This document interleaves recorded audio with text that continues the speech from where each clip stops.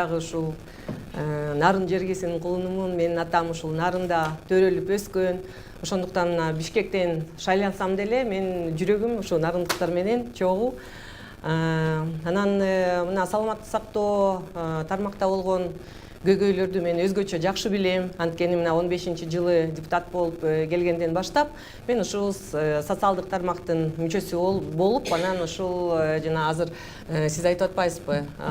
Биздин комитеттин астында, комитеттин алкагында жумушчу топ түзүлгөн, 16-жылы түзүлгөн. Мен ошол жумушчу топтун төрайымы болом да.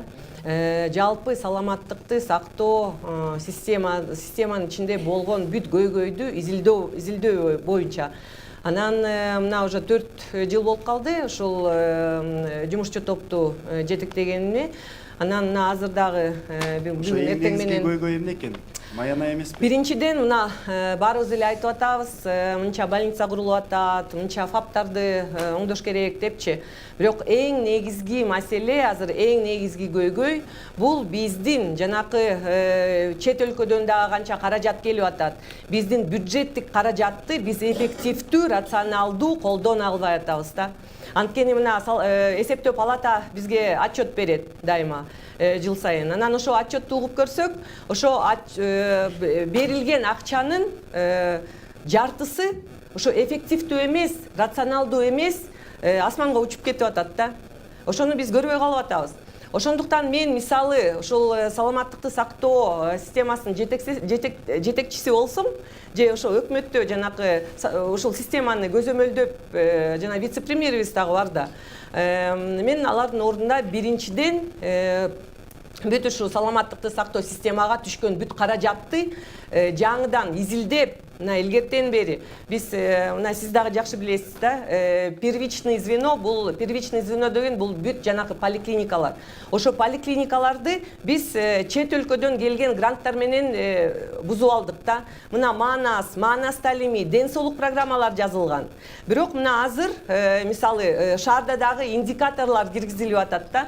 Айлык маянаны көтөрүү максаты мененчи.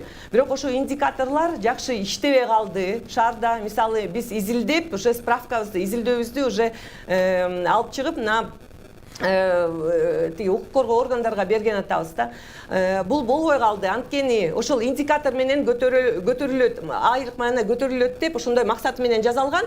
Бирок ошо индикаторлор менен биз азыр жалпы биздин мамлекетибиздин статистикасын бузуп атабыз да. Анткени индикатор менен бал алышат да, бал менен зарплата алышат да, зарплата көтөрүлөт. Анан биздин медиктерибизди азыр ушул мен күчкө салып деп эле айталам да, анткени ошо реформаны күчкө салып жазашты.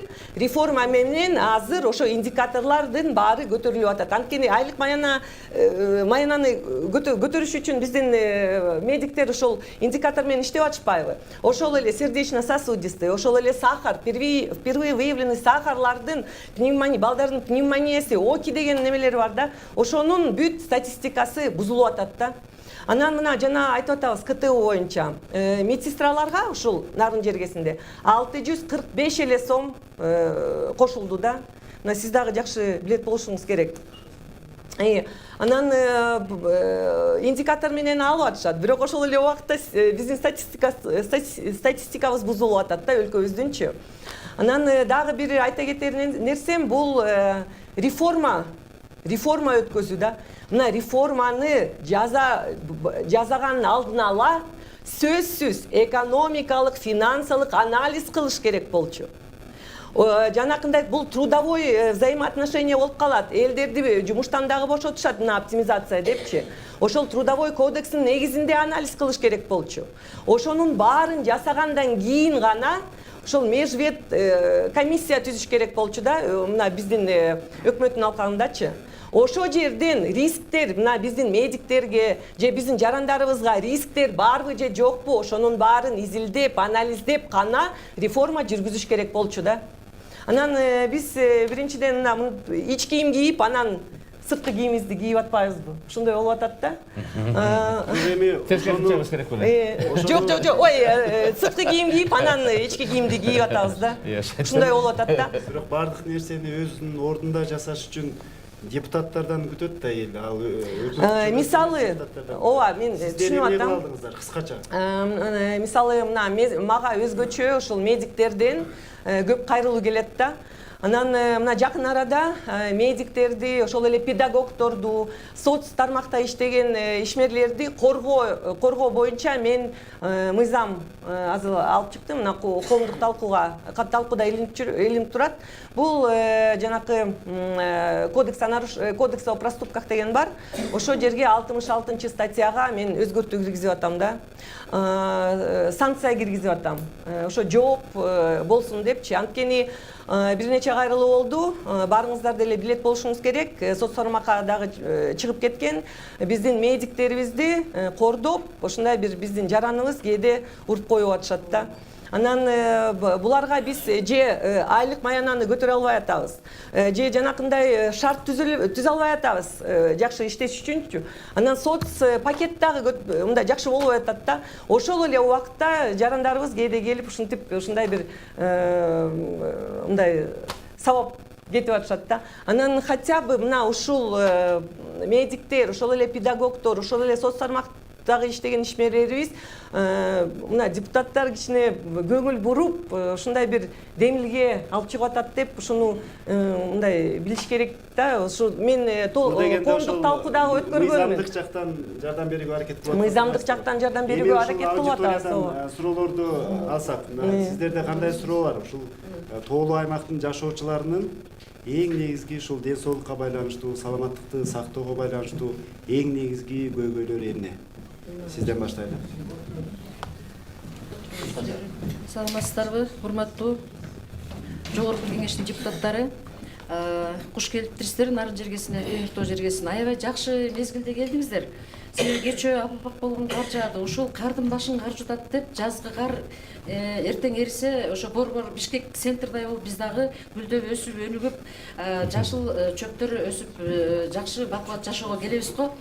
Анан эми кыскасы мен өзүмдү тааныштырып койсом, Жаманова Асылкүл, даңк медалынын ээсимин, Нарын облусунун ардактуу атоолумун, эми Нарын шаарынын эле жашоочусумун да. Сурооңузду берип койсоңуз. Эми суроом ушу жогорку кеңештин депутаттарына, айрыкча Аида Жекшенбаевна сизге. Себеби мен коррупция менен аябай азыркы күндө баягы коомдук башталыш деп президентибиздин коргоо кеңешиндеги отурумдагы берген тапшырмасын ушу жарандар катары биз ушу коомдук бирикме ачып алып, аз да болсо биз салымыбызды кошуп атабыз да, коомдон суурулуп чыгып. Эми сизге Аида Жекшенбаевна, сиз социалдык жакта жанагы жумушчу топтун төрайымы катары бере турган суроом, бизде чындыгында могу Нарын жергесинде бийик тоолуу, алыска барууга кыйын шартта жашайбыз. Эми баарыңыздарга белгилүү, бул депутаттарга деле, өкмөткө деле. 6 ай 7 ай кыш болот. Жумуш орду жок бизде, почти безработныйлар көппүз да.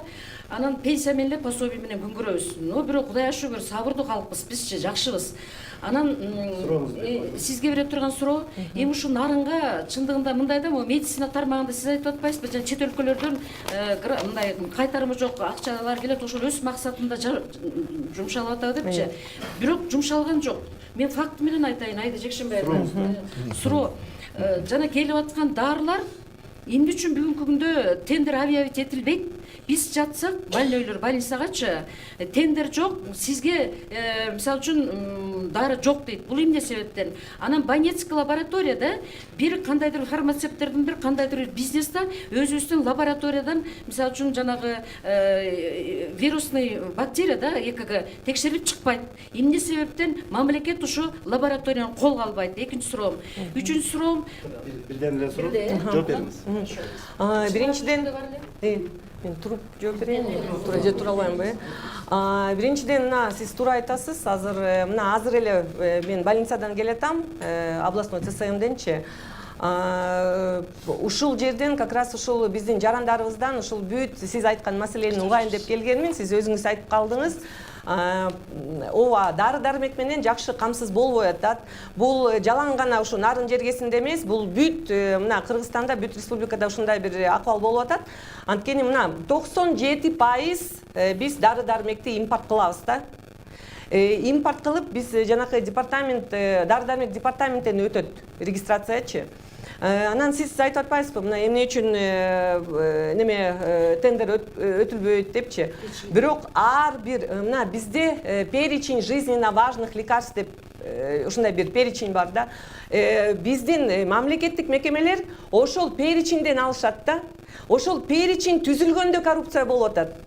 Ошол перечень түзүлгөндө. Ошондуктан мына азыр дагы биз больницадан келе атабыз да. Биздин пенсионерлер дары-дармекти өзүлөр алып келип, өзүлөр куюп атышат да.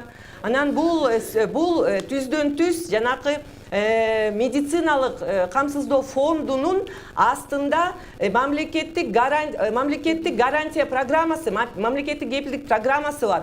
Ошого тиешелүү нерсе. Мен бул маселени уже 1 жылдан бери көтөрүп келатам. Анткени бул камсыздоо, бул кантип камсыздай алышат? Мына Чыныбек Акынч дагы айтып кетти. Жок, азыр бир нерсени айтып коеюн. Чыныбек Акынч дагы айтып кетпедиби? Биз канча бир миллиард сом бөлүп берип атат да.